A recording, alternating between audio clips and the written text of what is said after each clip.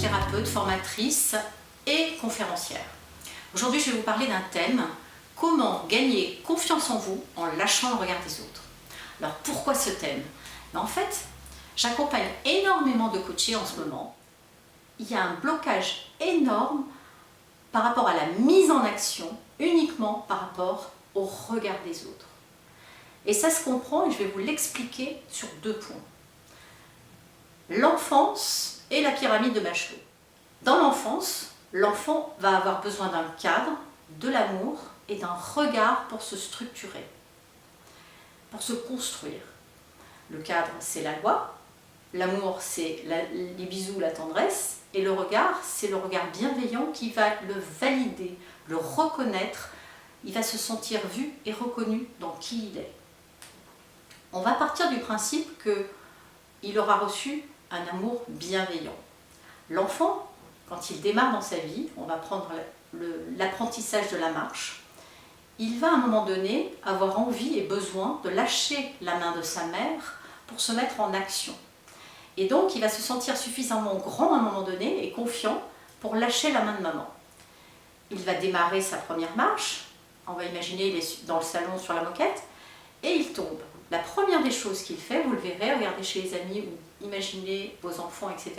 Il va d'abord regarder un parent, si quelqu'un est là autour, pour se raccrocher à un regard. Ce regard va constituer comme une main, et ce regard, il va s'appuyer dessus pour voir et sentir si maman s'inquiète, si ce regard est confiant, elle va lui dire « mais non, tu peux te relever, c'est ok, allez vas-y ». Et là, il va continuer sa marche.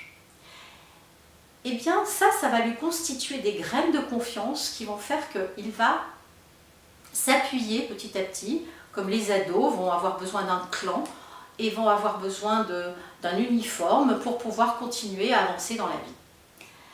Si je prends l'exemple de l'échelle de Maslow, qui est l'échelle des besoins.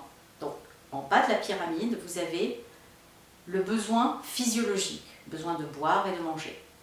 Vous avez ensuite le besoin de sécurité, de se mettre en sécurité, d'avoir un toit sur la tête. Ensuite, vous avez le besoin d'appartenance. J'appartiens à un groupe, à une communauté, à un club de sport, j'ai des amis, j'ai une famille.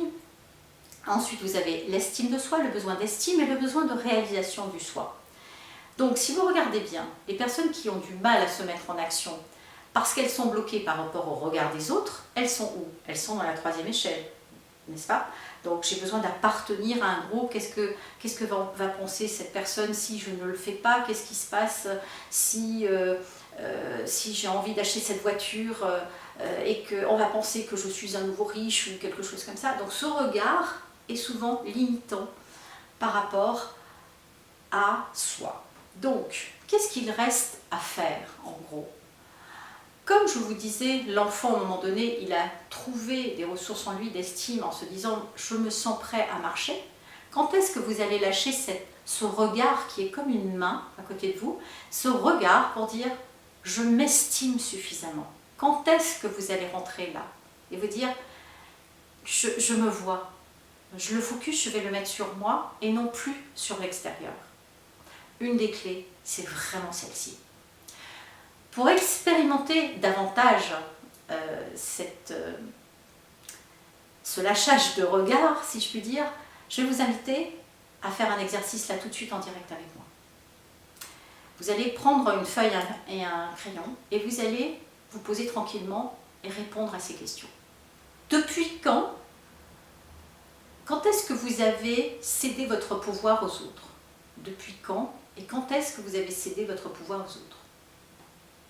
Quelle est la chose la plus importante que vous auriez aimé faire? Qu'est-ce que c'est que vous auriez aimé faire ou être que vous vous êtes toujours interdit de faire et d'être?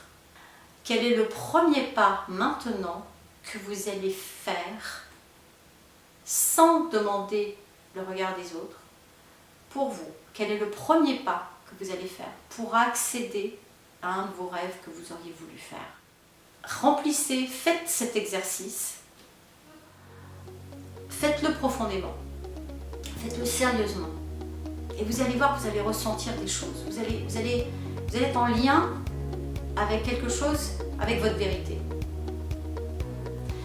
Donc je vous invite à me laisser vos commentaires une fois que vous aurez fait votre exercice. Faites-le. Et vous allez me dire ce que vous avez ressenti, ce que cela a réveillé en vous.